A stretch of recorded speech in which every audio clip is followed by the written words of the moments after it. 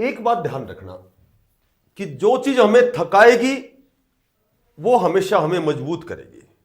फर्क केवल हमारे नजरिए का है।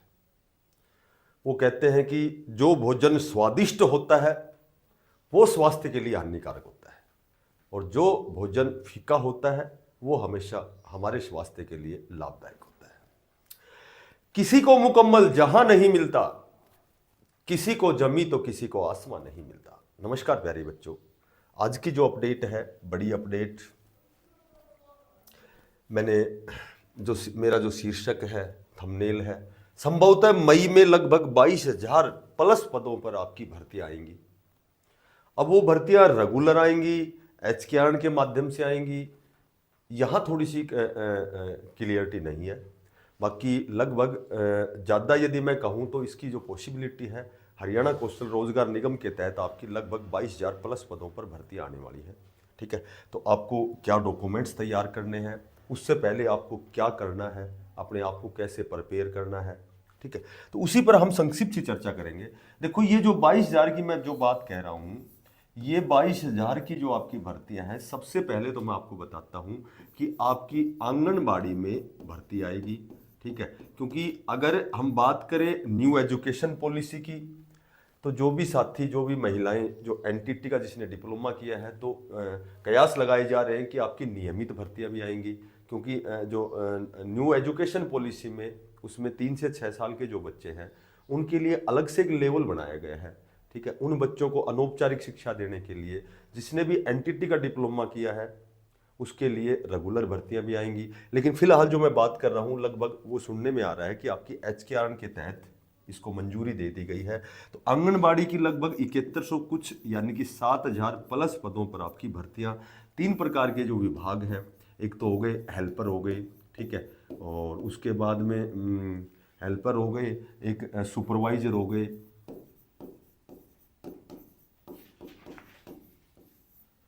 और उसके बाद हेल्पर हो गए। मेरे ख्याल से तीसरे प्रकार की भर्ती पता नहीं कौन सी आएगी।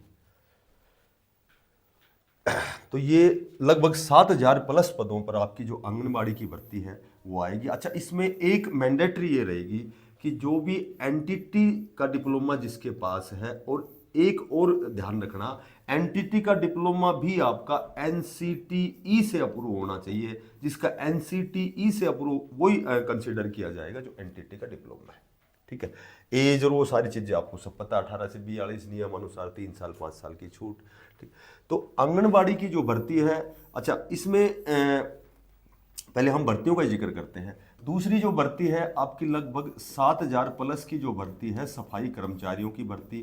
क्योंकि सफाई कर्मचारियों की बहुत अधिक रिक्वायरमेंट है, कि क्योंकि आपने 4-5 दिन पहले देखा होगा, अखबार में लिखा हुआ था कि लगभग जहां पर 100 नागरिक हैं उनके लिए एक सफाई कर्मचारी की नियुक्ति होगी। तो लगभग 7,000 प्लस पदों पर ये भी मेरे ख्याल से एचकेआरएन के तहत ही आपकी भर्ती आएगी।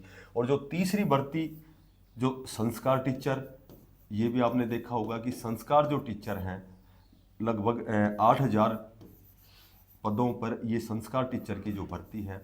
ठीक है, इसमें भी आपने देखा होगा कि केवल 2 घंटे काम करना है, और वो 2 घंटे काम करना है तो 2 घंटे में क्या करेगा संस्कार टीचर? संस्कार देगा। क्योंकि बच्चे जब होते हैं तो माता सबसे पहली अध्यापिका होती है। संस्कार बच्चा अपने परिवार से सीखता है, विद्यालय में आने के बाद बच्चा अपनी शिक्षा पूरी करता है। तो ये जो 8,000 जो टीचर हैं, ठीक है, ये 8,000 टीचर लगा केवल 2 घंटे के लिए विद्यालय जाएंगे और बच्चों को मोरल एजुकेशन देंगे, नैतिकता में उनको तैयार करेंगे। ठीक है, तो एक अच्छा नागरिक बनाने में इस दिशा में वो प्रयास करेंगे। यहाँ जो एजुकेशन है वो 10+2 पास है। ठीक है, अब हम बात करें, सबसे पहले बात करें कि क्या सीईटी अनिवार्य है या विदाउट सीईटी इनका सिलेक्शन होना है। तो सीईटी ऐसी मैंडेटरी फॉर्म में नहीं है कि सीईटी पास होना चाहिए, पर मैं कहता हूं कि सीईटी आपके लिए अनिवार्य है। यदि एचकेआरएन की पॉलिसी के तहत 80 में से जब आपकी कट ऑफ बनेगी, तो वही बात है कि 10 नंबर सीईटी के और एस्टेट के होते हैं। तो सीईटी और एस्टेट आपके लिए सबसे पहले तो इसलिए अनिवार्य है कि कट ऑफ को जो भी निर्धारित होगी उसको आप फाइट करोगे। तो सीईटी आपके लिए मैंडेटरी है। और जब 8,000 ही अध्यापक लग रहे हैं, बेरोजगारी आप समझ सकते हैं, तो फॉर्म कितने भरे जाएंगे।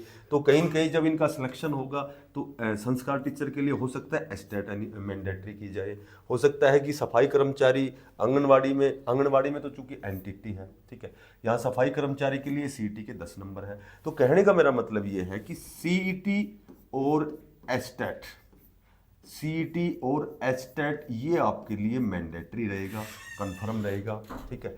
और यहाँ संभवतः ये जो हेल्पर और सुपरवाइजर है, हो सकता है यहाँ एग्जाम भी हो, ठीक है, हो सकता है यहाँ यदि नियमित भर्ती होती है तो यहाँ एग्जाम होगा, और फिर आपके लिए एनटीटी कितना अनिवार्य है। और जिस हिसाब से बेरोजगारी का आलम है, आप समझ सकते हैं कि सीईटी और एस्टेट आपके लिए वास्तव में ही बहुत ही मैंडेटरी है, बहुत ही अनिवार्य और आवश्यक है। अब मैंने ये लिखा है कि पहले ये करें काम क्या करना है। जब भी आपके फॉर्म निकलेंगे, जब भी आपके यहाँ फॉर्म निकलेंगे, तो उस समय क्या होता है कि वेबसाइट बिजी हो जाती है। जब आप उसका रजिस्ट्रेशन करेंगे HKR में पोर्टल पे, आप पंजीकरण करेंगे, तो उस समय क्या होगा कि वहाँ कोई चीज़ बिजी होगी, ठीक है, तो वहाँ समय अधिक लगेगा। तो आपको क्या करना है कि HKR में एक तो ये फायदा है कि HKR में आप कभी भी रजिस्ट्रेशन कर सकते हैं, अपनी प्रोफाइल कभी भी आप उसमें बना सकते हैं। तो जब तक ये फॉर्म ना आए तो एक तो अपने डॉक्यूमेंट्स और एक अपना रजिस्ट्रेशन आप कभी भी कर सकते हैं। इसमें ऐसी कोई भी बाध्यता नहीं है कि आप जिस दिन फॉर्म आएंगे उस दिन ही भरेंगे। तो अपना रजिस्ट्रेशन पहले करके तैयार रखें, 5-7-10 मिनट में आपका रजिस्ट्रेशन हो जाएगा, ठीक है। उसके बाद जब भी फॉर्म आएगा तो आप फॉर्म को, जो भी आपके डॉक्यूमेंट्स, आप अपलोड करेंगे। तो सबसे आज की जो महत्वपूर्ण बात यह है कि लगभग 22,000 पदों पर आपकी मई महीने में, मैंने लिखा है पॉसिबिलिटी है, संभवतः मई महीने में ये तीनों भर्तियाँ आपकी आने वाली हैं, जहाँ तक मुझे जानकारी है। तो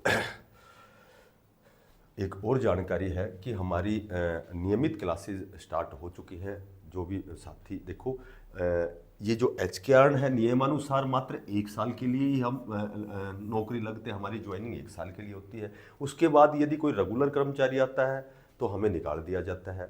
हो सकता है कि हमारा जो कार्यकाल है वो बढ़ाया जाए या ना बढ़ाया जाए। तो केवल जीवन 1 साल का तो नहीं है, तो केवल आप इसी पर डिपेंड ना रहें कि भाई हमें तो HKR में सिलेक्शन हो गया, 1 साल बाद फिर हमारा एक्सटेंड होगा, हमारे जो समय सीमा है वो बढ़ाया जाएगा।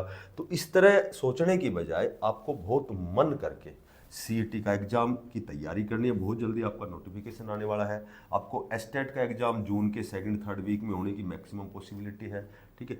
तो आपको जो पहली सीढ़ी है अपने सपने को साकार करने की, जो आपकी पहली सीढ़ी है, सबसे पहले आप उसको कवर करें। First impression is last impression.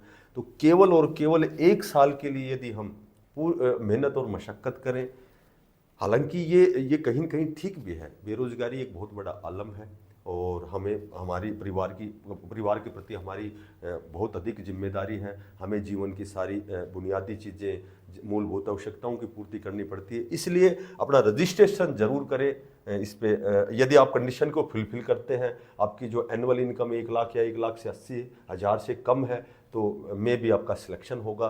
तो इससे पहले आपको HKR में अपने आप को पंजीकरण करना है, रजिस्ट्रेशन करना है। लेकिन फोकस आप रखें अपने लक्ष्य की ओर। सीईटी में बहुत अच्छे नंबर लें ताकि आप मेन एग्जाम के लिए कॉलिंग हो आपकी, आप क्वालिफाई करें, एस्टेट पास करें, ताकि जो 2025 में जो भी बढ़िया भर्तियाँ आने वाली हैं, JBT, TGT, PGT, कंसर्न्ड जो आपका डिप्लोमा है, JBT का है, TGT का है, तो उस दिशा में आप बहुत अच्छा प्रयास करें। और जो नए साथी हैं वो 8:30 बजे हमारी क्लासेस ज्वाइन कर सकते हैं। सभी बच्चे आमंत्रित हैं, ठीक है। आपको बड़ा आनंद आएगा। 10 बजे हमारी हरियाणा जी की क्लास होती है। 11 बजे हमारा मॉक टेस्ट होता है, जो आज से स्टार्ट करेंगे। पीछे के जो भी एग्ज़ाम आए हुए हैं, तो आज से मॉक टेस्ट होगा, ऑनलाइन आपका टेस्ट लिया जाएगा, तो आपको इंटरेस्ट आएगा। क्रॉस क्वेश्चन चलेंगे। और जो साथी नए हैं, चैनल को सब्सक्राइब करना, ज़्यादा से ज़्यादा आप इसको शेयर करना। सभी साथियों को बेस्ट ऑफ लक। धन्यवाद। राम राम।